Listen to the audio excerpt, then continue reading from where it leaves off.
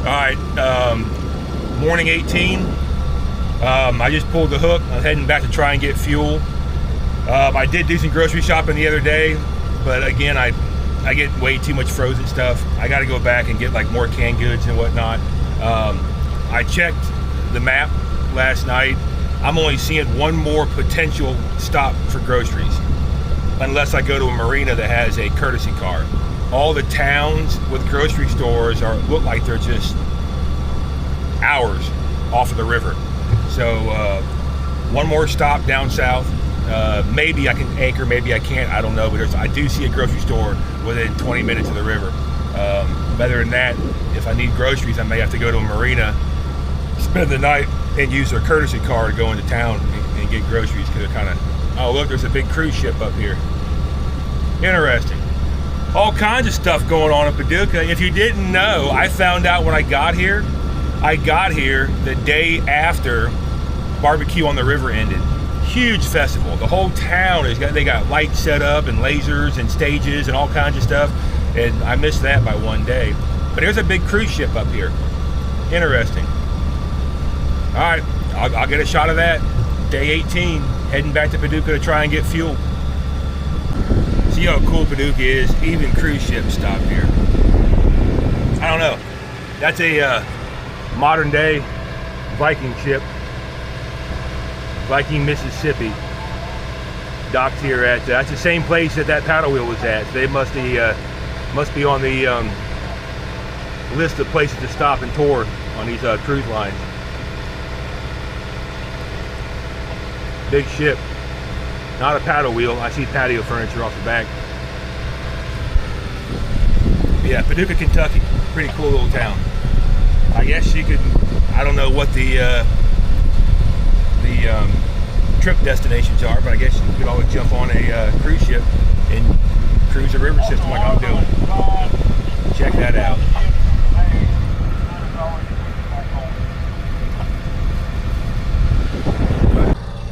All right. I just left Paducah Dock.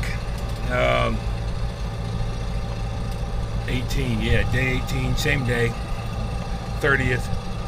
I went to the dock this morning. I got fuel. Filled my water tanks up. Did a ton of laundry while I was filling my water tanks up. Washed all my clothes. Was surprised that all my bed sheets and pillowcases and everything fit in the little tiny little washing machine, little laundry machine I got. So I washed all my bedding. Everything's good. Hung everything up. Went to town. Bought some more groceries. Had lunch. Whoo!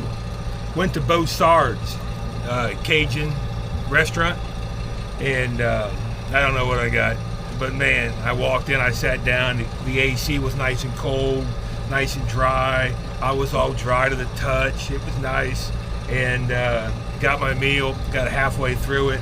I'm sweating everywhere. I got napkins on my head. Like, oh my gosh, this is going to be horrible for the next 3 or 4 or 5 days. Oh my gosh. But yeah, good food, good Cajun food at Beausard's. So I got groceries, I got fuel, I got water. It is 3 o'clock. I had to get off the dock. There's people with reservations coming. I had no reservations. So I'm going to head back to this anchorage. My next anchorage beyond this is like 40 miles away. So I'm not going to make it tonight. I don't know what's between here and there. I don't know. So I'm just going to go back here to the Cuba Towhead for the 3rd night in a row. I like it. It's a nice spot. I'm going to anchor off and get up in the morning, and I'm going to take off up to Tennessee and head towards Kentucky Lake, and then get some better videos up there. I'll start diving. I'll figure out a way to get you guys underwater with me while I'm down there doing stuff, and make some better videos up there in Kentucky Lake. All right, that's it. There's that giant cruise ship still here.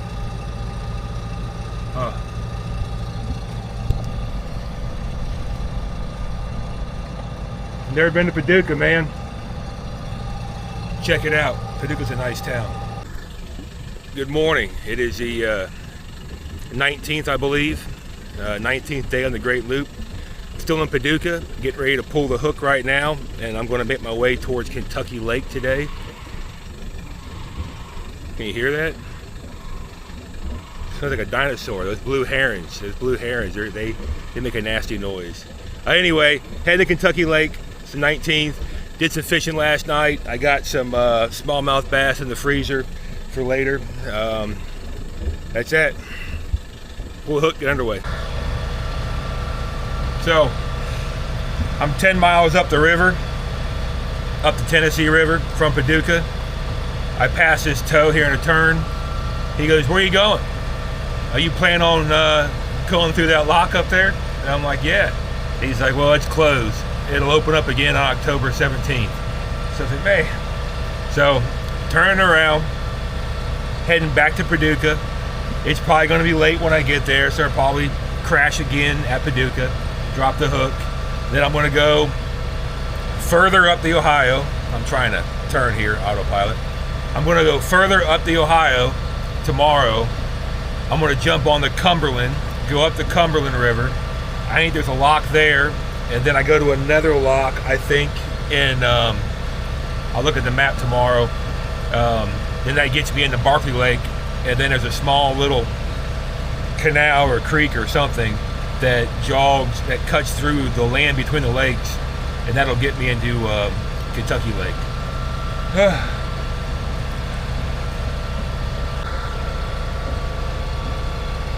Well, that's a bummer. That lock's closed. I mean, you know, I got 20 miles out of the way, but I had a good story for that lock. I got fried over and over again doing a dive job at that lock years ago. It was over 25 years ago. I was young. I didn't ask any questions. I just got in the water, went to work back then. It's a big turn.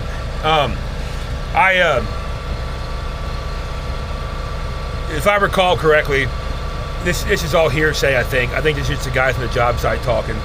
But I thought that the structure they were building up there was built on a fault line, big crack. They had a big crack in the sea floor. It's all rock down there. So they had driven a bunch of 36-inch wide I-beams, just stabbed them everywhere in that crack, and they're going to fill it full of concrete. That's what I recall. Again, it just could have been a bunch of, you know, people on the job site talking. But so I had to go down inside one of those cells and burn off all these I-beams at a set elevation. And so how we had the job site set up is we had a barge on the outside of the cell with our welder on it for our cutting torch. We had scaffolding going up the outside of the cell, going across the top of the cell, scaffolding going down the inside of the cell with a small work barge inside the cell. That's what we were working off of, but the welder was on the outside. So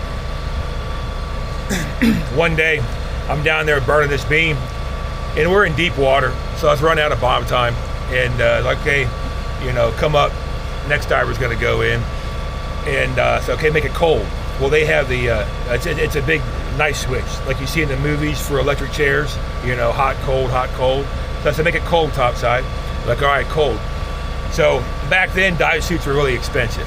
So your suits were in pretty bad shape. You had to glue them, and you had to stitch them, and you had to take gloves and cut the palms out to make patches all over your suits. They were really expensive back then.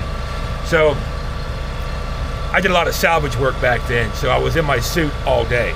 So if I did 10 dives that day on a salvage job, I'm in my suit all day, I'm helping out topside, and I'm just tearing my suit up pretty bad back then. So sitting on timber heads a lot during salvage operations, I had worn the butt of my suit out bad. So I'm wearing swim trunks under my suit with my butt pretty much exposed out the back of my dive suit. So I tell topside, make it cold. I start shimmying up the I-beam, and I got a big hole in my neoprene suit, which is insulating me. My suit is, and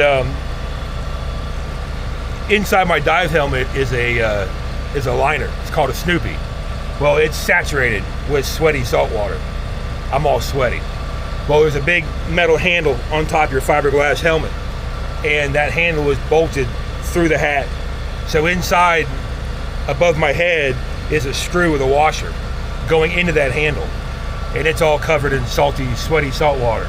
So as I shimmy up the I-beam, thinking it's cold, when I would lean back to take a break or something, and then kind of lean forward, my butt would contact the beam and my forehead would contact the beam, and I would get shocked in my butt, out my forehead, or vice versa. In my forehead, out my butt, I don't know.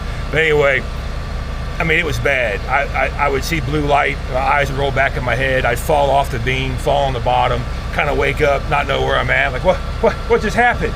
You know, I tell Tops, like, go cold, like, we are cold. So I do it again. I think it happened 3 times. But this is it. We got to change something. I'm not going up this beam ever again. This is it. That's the only way out, climbing that beam. And what happened is under the scaffolding on the float that we were working on, the little barge, there was a bad spot in the welding lead, and the welding lead had fused and melted a big spot in the barge way underneath the scaffolding. No one saw it. So even though we were cold, the barge was now on the circuit, and the barge would bump into the I-beam. And every time the barge would bump into the I-beam, it'd fry my ass. So we had some pieces of tire we shoved in there. I got out, and then we went out topside and turned the welder off and fixed everything. But yeah, I got shocked a lot, bad on that job. Like, I think it was 25, 27 years ago. But anyway, that's the lock that's closed to the 17th. You can't see it anyway, but oh well.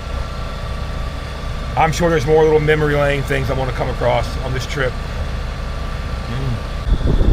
All right, so I passed up Paducah. I went back to Paducah, turned, and went back up the Ohio River. So there's an island up here. I don't know how far away it is. Probably 4 hours. It'll be pushing evening time when I get there. I'm going to tuck behind this island before I get to the Cumberland River. Spend the night, and in the morning, I don't know if you can anchor on the Cumberland River. It looks very, very narrow, and it just zigzags all the way up and around and back around and around to get into Lake Barkley. So I'm going to try and do that in one shot tomorrow. So I'll anchor off at the mouth of the Cumberland River tonight, jump on it first thing in the morning, and try and make it all the way up to the lock and try and lock into Lake Barkley tomorrow morning or tomorrow evening. And then I'll probably drop the hook there in Lake Barkley, and then I'll cut across. I'll show you tomorrow a little, I call it a creek, just a little path. It goes between the land, it's called Land Between the Lakes. I'll shoot across that, then get into Kentucky Lake tomorrow. Day after tomorrow. I never know where I'm going. We'll figure it out. But I'm going to go up here. I'm going to find an island. I'm going to go hide behind it and drop the hook. That's all I know. That's it, as far as we're going. All right, so I just dropped the hook behind this little island, right at the mouth of the Cumberland River. A lot going on right here. There's something floating in the river up here, some kind of animal carcass. It's big. I'm coming in. It's real shallow. I'm coming in. I'm trying not to hit bottom. I'm watching the sonar, looking out for logs and whatnot, and I see this thing in the river. Ends up, I took the binoculars out. It's something. I can still see it, but there was a not an eagle, an osprey sitting on top of it, floating on the river, eating it. And I was like, well, maybe if I just hang out here, maybe he'll go past me. No, it's hung up. It's stuck on something. So I'm not going to see that. But over here on the bank, there are 3 vultures eating a buck. I can see his rack, his antler sticking up over there in the mud. So I'm gonna take the dink over there and check him. I gotta check him out. I'm not gonna get too close because he's just nasty. But we're gonna go check out that buck here in a minute. He's over there in the bank. Now, on the anchorage guide, it says do not go around the island. So in case you come here and you anchor off, everyone talks about 2 low-head dams under the water, wing dams up here, and you're going to hit them. They said they're real shallow, you'll hit them. Nothing on the charts, nothing. I don't see anything. I think if you go through Google Earth, you can change the seasons, and at one point I saw them through the water when the water was clear. So just a heads up, if you come back up in here, I don't know the name of this island. It just says Towhead. I thought I saw Cumberland Towhead, I don't know. And you anchor off and you come in from the south, you have to leave from the south. You don't go around the island, you'll bottom out. So that's that. Let's go check out this buck and do some fishing. I see a lot of downed trees over here. Yeah. I ain't so small, he's got my name all over him. They're already getting spooked, flying off. I'm gonna hit bottom, I know I am. I'm trying to watch this camera. Boy, look at all those flies.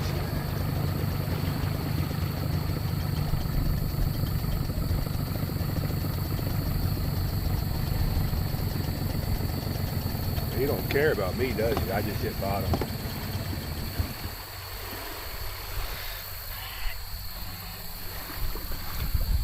Nice buck.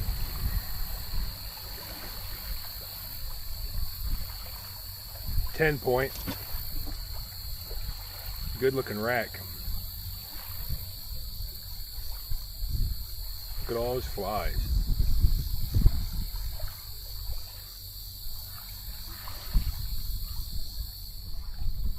Yum. All right, good morning.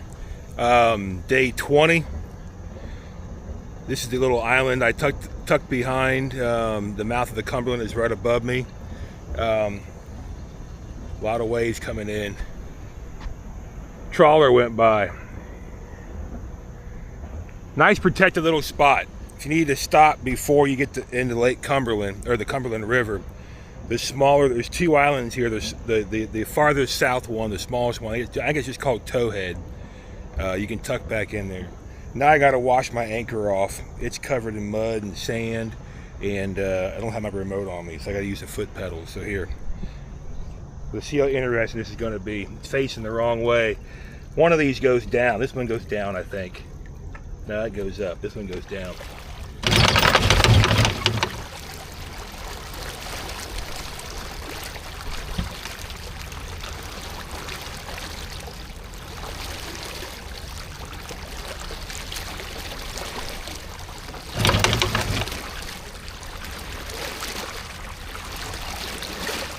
Almost clean.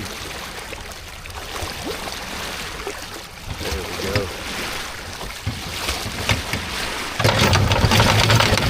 Man, you gotta love those trawlers. That's what I'm talking about. They will throw a 7-foot wave. To me, that's an extremely inefficient haul. Extremely. If you gotta plow through that much water to push your boat forward, you are burning some serious fuel.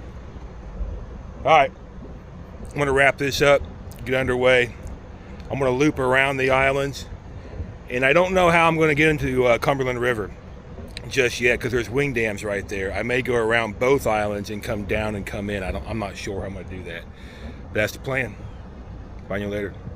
Sorry, I'm eating. I got 2 mooring cells right here. One of them didn't make it. Mooring cell. I don't know if you can see it or not with the sun behind it. That one didn't make it.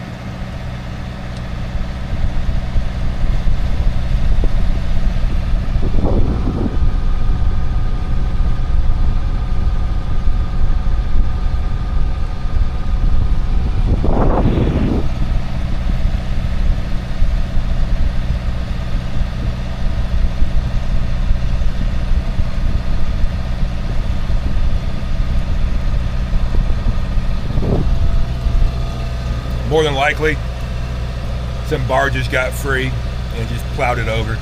I see it all the time. I salvage them all the time. I rig them up all the time. I cut them up all the time underwater. And I'm pretty sure every time that's how it's going down. Barges have broken free in high water and just ran them over. Real fast, the wing dams I had mentioned earlier, the reason why that's that island. I was behind that island here. There's the bigger island. This is a smaller island I tucked behind. It said wing dam, submerge, watch out, you'll hit them. I can see them, they're right there. So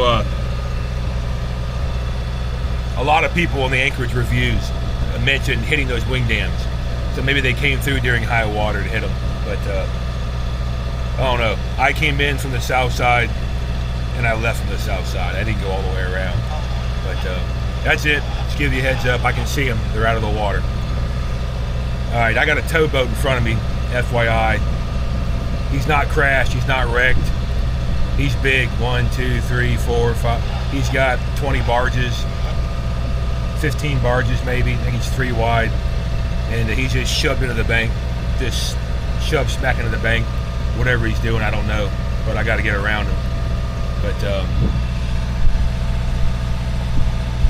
Cumberland River's up there to his left, I think.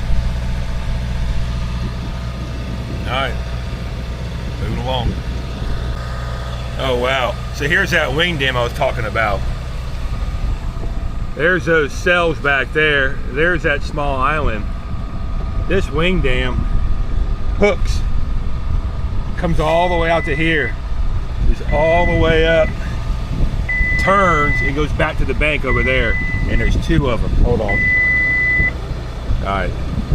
So yeah, I would not even try to go around that island because you got trees on the other side of the wing dam. So I imagine that wing dam's creating a big, you know, bunch of sediment to deposit on the other side of it. So definitely, if you come around that island, if you come in from the downriver side, anchor off, exit from the downriver side, because that right there, geez, that wing dam's got to be 600 feet. And it curves in the middle and bends and goes back the other way. Yeah, you're not getting through there. And it's only exposed probably 2 feet in spots, 1 foot in the middle right here. It's only 1 foot high. So I think we're below pool right now. I'll have to look, but I know the water did fall out 2 feet from last night. I can see it. So yeah, that would have been underwater yesterday. Oh yeah, stay away from that. Ouch. All right, so I go downstairs, get my last cup of coffee, and this guy in this tow right here, he's outside his boat on the wheelhouse, a little walkway there, just waving and screaming and waving and screaming, like, oh great, I'm gonna hit something. So I go that way, get him on the radio, and I was like, hey man, sorry, I was downstairs, get my last cup of coffee, what's going on?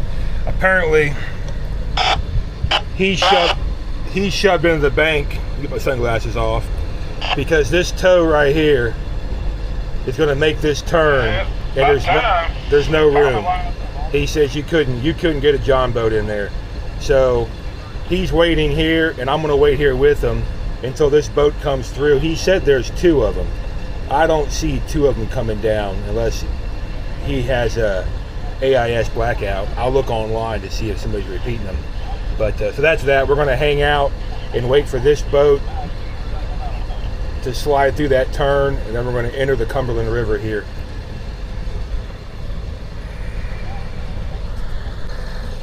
Well, so much for leaving early. This is gonna take 2 hours. This boat should be coming around the corner here any minute. The first boat. The second boat I'm waiting on is way, way up the river. He's beyond radio range.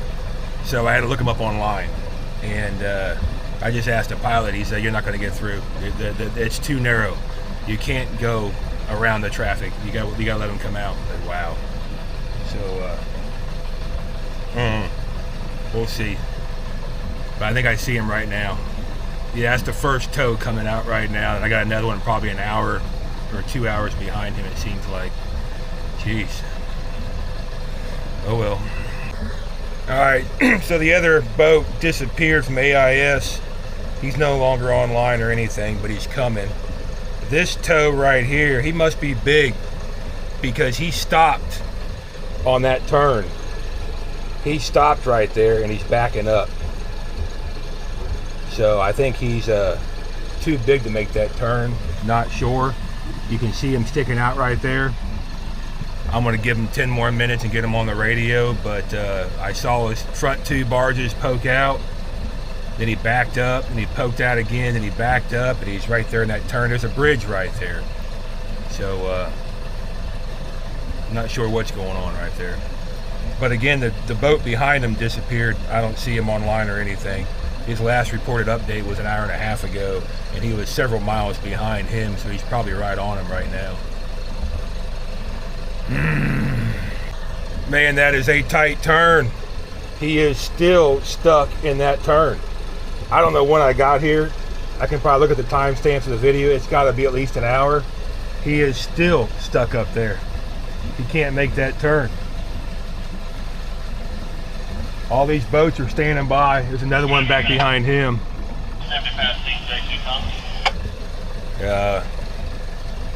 I imagine this happens all the time. He'll get out, but yeah, he's in there tight. Oh well. Again, so much for leaving bright and early. All right, he just got on the radio, said he's free, and he's heading out of the river. That probably took him an hour. There's a bridge right there, to go under the bridge and make that little turn. So there he is there, coming out now. I bet he was hung up in that turn for an hour. One more boat right behind him. I heard him on the radio. That was the other guy. Again, I don't see him on AIS. He said he was hung up behind him, waiting on him to get out. And tight little river. It looks very, very, very tight, like a little tiny creek. And apparently it is. So this is going to be fun. I got an early start because I wanted to get through the entire thing and get through the lock and into Barkley Lake tonight before it got dark.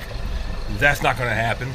I highly doubt there's anywhere to anchor on this river. It's so tiny and so skinny and narrow, it would be too dangerous to anchor on it.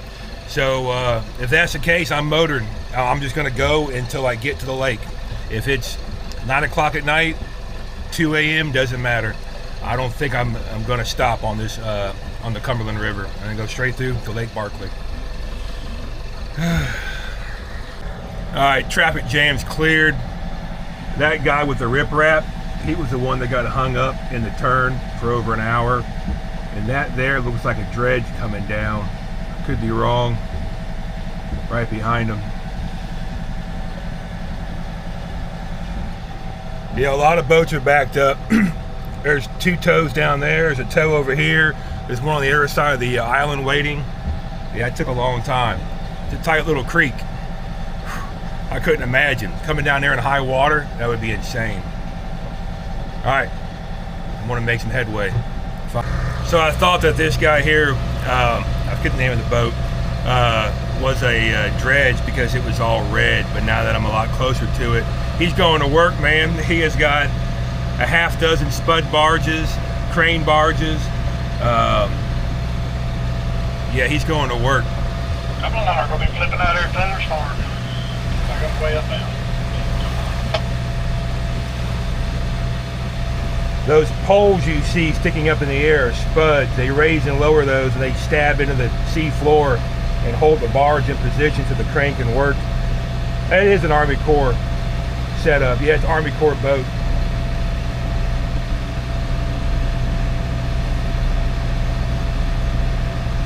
Going to work.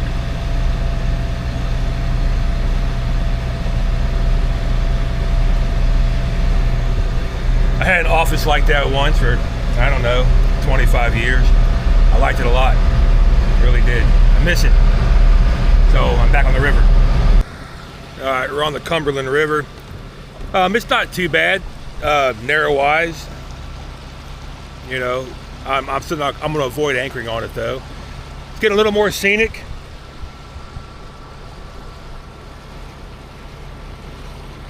Not so much this muddy riverbank. We're going to be getting into the hills of Tennessee. Yeah, I think so. Shortly, a couple days, I don't know. But yeah, it beats the muddy riverbank of the Mississippi.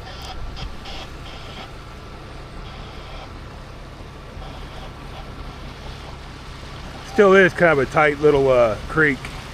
It would be hard to anchor, but I guess if you ran a stern anchor and held yourself tight to the bank, it might be possible.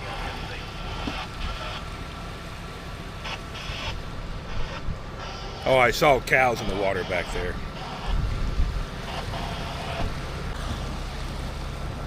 Still putzing up the Cumberland River.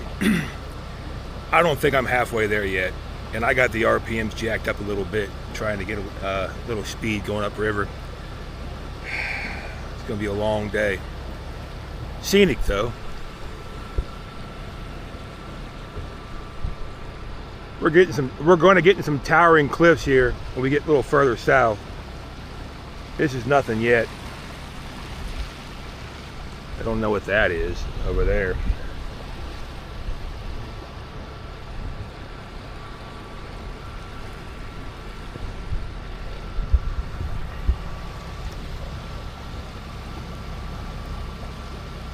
Old Smith LaSalle back there doing a wheel job on that towboat.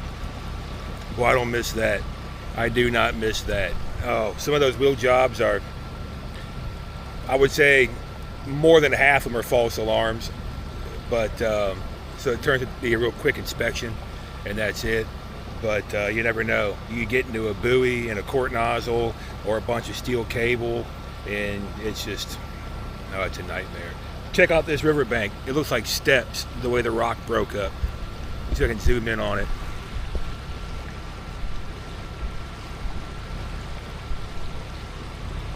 It's kind of cool.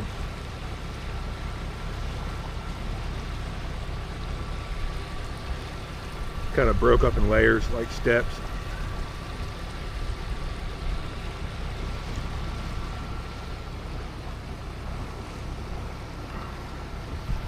Alright, I got to get back here. I'm going to get in an argument with the autopilot here in a minute.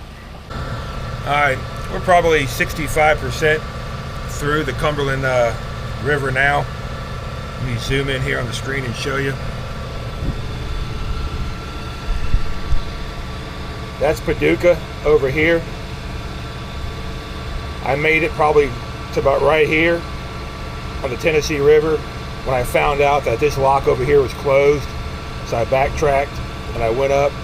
That's the Cuba Island anchorage there. That's a small island I anchored off last night.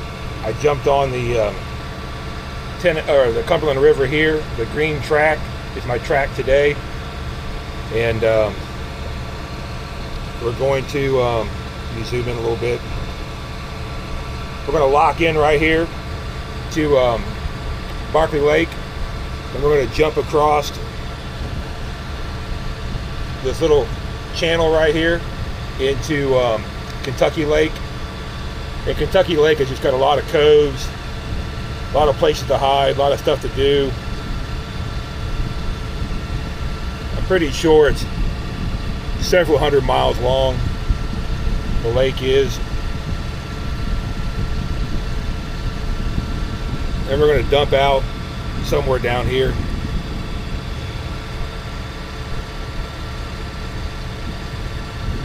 I gotta turn, hang on.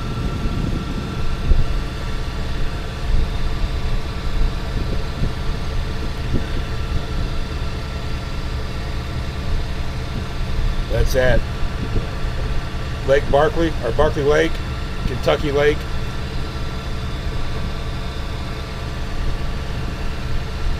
So that's the little detour we had to take. Had to backtrack, go back up and around through the Cumberland River and back down, and then jog back over to get back to that lock. So I'm trying to turn. I got a sharp turn right here.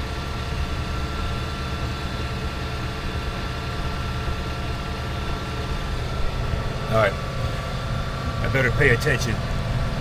I'll get in another argument with the autopilot. She's got an attitude. Current's picking up. I haven't touched my RPM since I got on the Cumberland River. When I jumped on the river, we were making 5 something, I don't remember. We'll say 5.5 knots. And now these buoys are just dancing. And now I'm down to like 3.5 knots. So the current's picking up. Closer I get to the dam, obviously, I'm gonna try and turn here. Now I'm going 3-4. I got a feeling I'm gonna be creeping along by the time I get up here. It's getting faster and faster.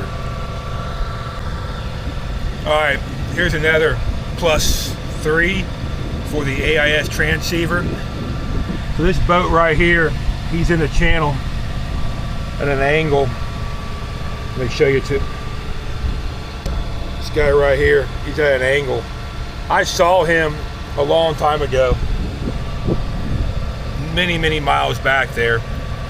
I knew he was facing the other way. I knew he was stopped. I could see his speed, but I didn't know what he was doing. There's a bridge right there. Anyway, I was going to contact him when I got up here, and because I had the AIS transceiver, not just a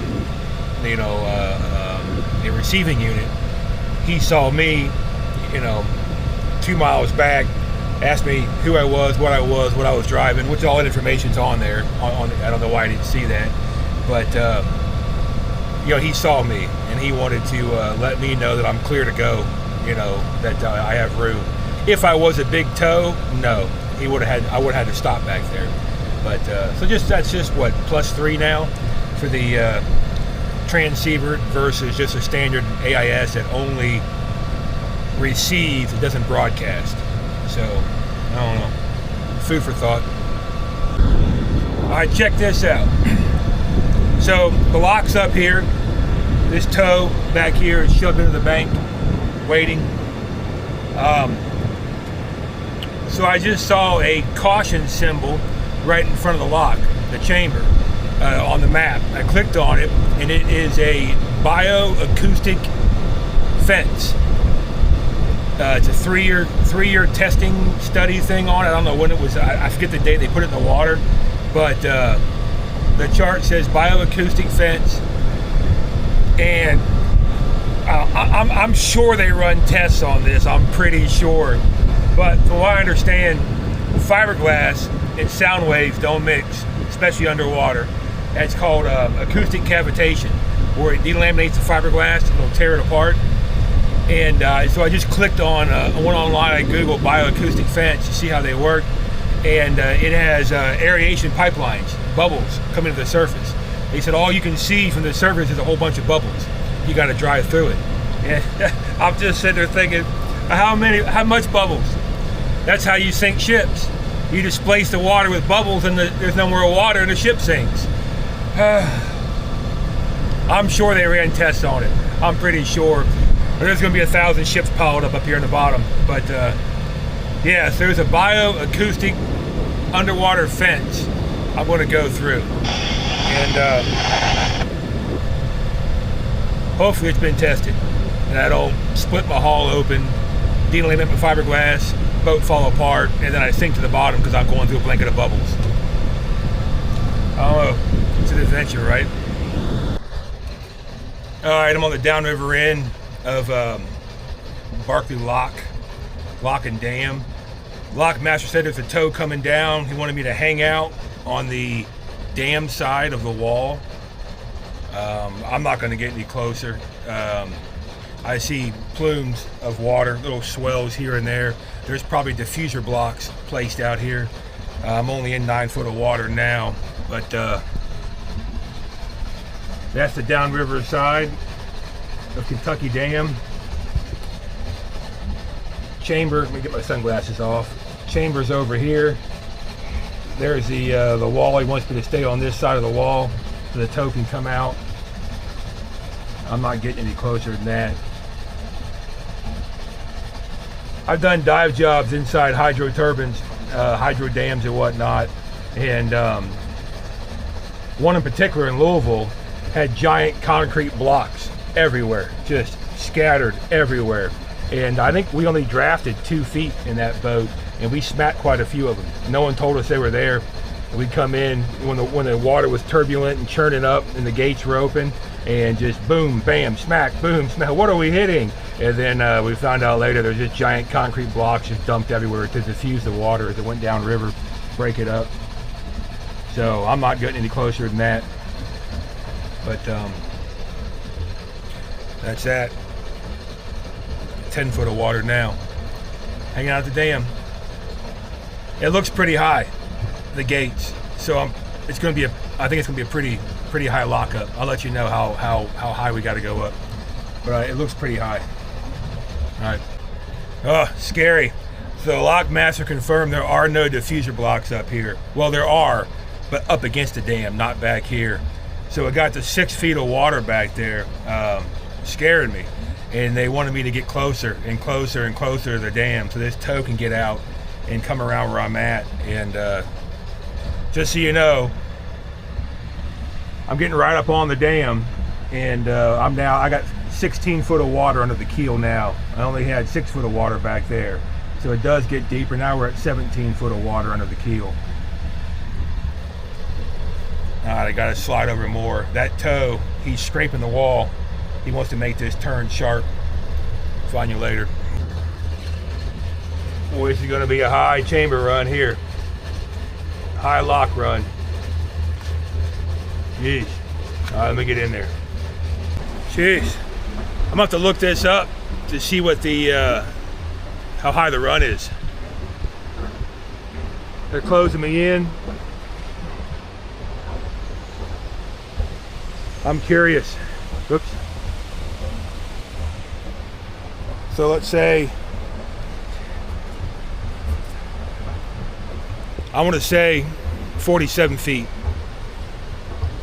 We'll see.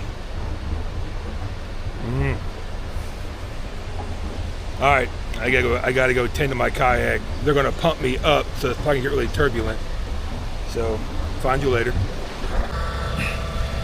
All right, real fast. The sun's behind me, so the screen's all dark. I'm pretty sure I said 47 feet on that video. The lift elevation on that chamber. So a lot of you guys always test me. A lot of you guys watching this, I know you are. You'll lay a 25 foot long piece of pipe out, or you'll be cutting geofabric or something, and you'll lay it on the ground, and I'll be 100 feet away, and you're standing there with a 100 foot tape measure. You're like, all right, how long is that? I'm like, I don't know. I mean, it's exactly 19 feet. And they'll go and measure it. It'll be right around plus or minus a foot, really close, every single time. And so decades of working with my eyes closed, completely black. I use tape measures, all kinds of stuff. I actually Googled it years ago. They actually make a Braille tape measure. So if you're blind and you're a carpenter, you can use your tape measure. So years ago, I was like, oh, I'm gonna order this and I'm gonna learn how to read Braille. This was a genius idea because my eyes are always closed. And I never did do it. I would just bend the tape measure, go top side, look at it, go back down, I would do it that way. But then I started measuring my fingers, my hands, my wrist to my elbow. I'd measure my arm lengths, everything. And I got all that memorized in my head. So when I'm down there underwater, hanging on and ripping ass current, barely hang on, I'll start measuring like an I-beam or a pipeline or something. And they're like, well, how long is it? Well, it's 74 feet, plus or minus 6 inches. And sure enough, it always is, every single time. Not bragging, it's a fact. And you guys have tested me on this over and over and over again. So, back there, I'm pretty sure I said 47. I looked at the lock wall. I did not know the spacing on the lines in the concrete. So just in my head, I was like, okay, I'm gonna assume I'm that long, arm to arm, spread my arms out, and I flipped my body over in my head up the wall, and I said, okay, about 47 feet. So I asked the lock master, I said, hey man, I said, how high is this? How high are we going up? And he starts rambling on, well, the current, elevation above sea level in the chamber is this, and the current elevation in the above sea level for the lake is this, and I couldn't hear what he was saying. I was out holding the line, and he goes, I'm just going to round up because it's just a little bit under 50 feet. I'll just round up and say 50 feet. And I said, is it 47? He goes, man, I think you're on to something. He goes, I think it really is. He goes, I was just rounding up to 50 feet. Because I didn't hear all of his numbers, but I said, okay, well, I kind of assumed that it was 47. He goes, yeah, I think you're pretty damn close. So I still got it. I guess once you have it, you got it. I don't know. There's got to be a cool saying to put onto that, but I don't know. Once you have it, you always got it. It's like riding a bike. Once you, forget it. All right, I'm gonna go somewhere back in one of these coves, I think, and I'm gonna anchor off tonight in Barkley Lake. What time is it? 5:30? Yeah, I think I'm gonna anchor off in Barkley Lake tonight, cut through that channel tomorrow, then I'll be in Kentucky Lake tomorrow. That's the plan. I never know what the hell I'm doing. I never know where I'm going either. We'll figure it out. Now, this is what I'm talking about.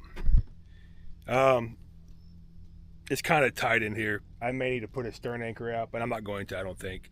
My chain's so heavy that it'd be minimal wind, no current. The chain kind of keeps the boat. It doesn't get very far from the anchor.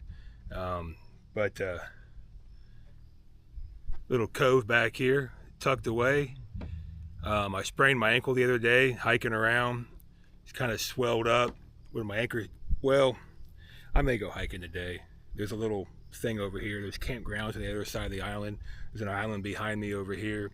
I may I'm in Barkley Lake now, cross through tomorrow morning. Well, I'm gonna go swimming first in the morning, jump in the water, and then I'll head over to Kentucky Lake, and I'll probably find a cove by one of the campgrounds, take the dink to the campground and do some hiking, work my ankle out, get some exercise. I've been sitting around in the hammock for weeks just eating candy bars, and what else I've been eating? Crackers, and just, ugh. But man, there you go. The leaves are starting to change. You see back here? It's gonna be real nice here in a month. This is nice. Oh yeah, I'm gonna be here for a while. All right, get out of here. Let me go do something.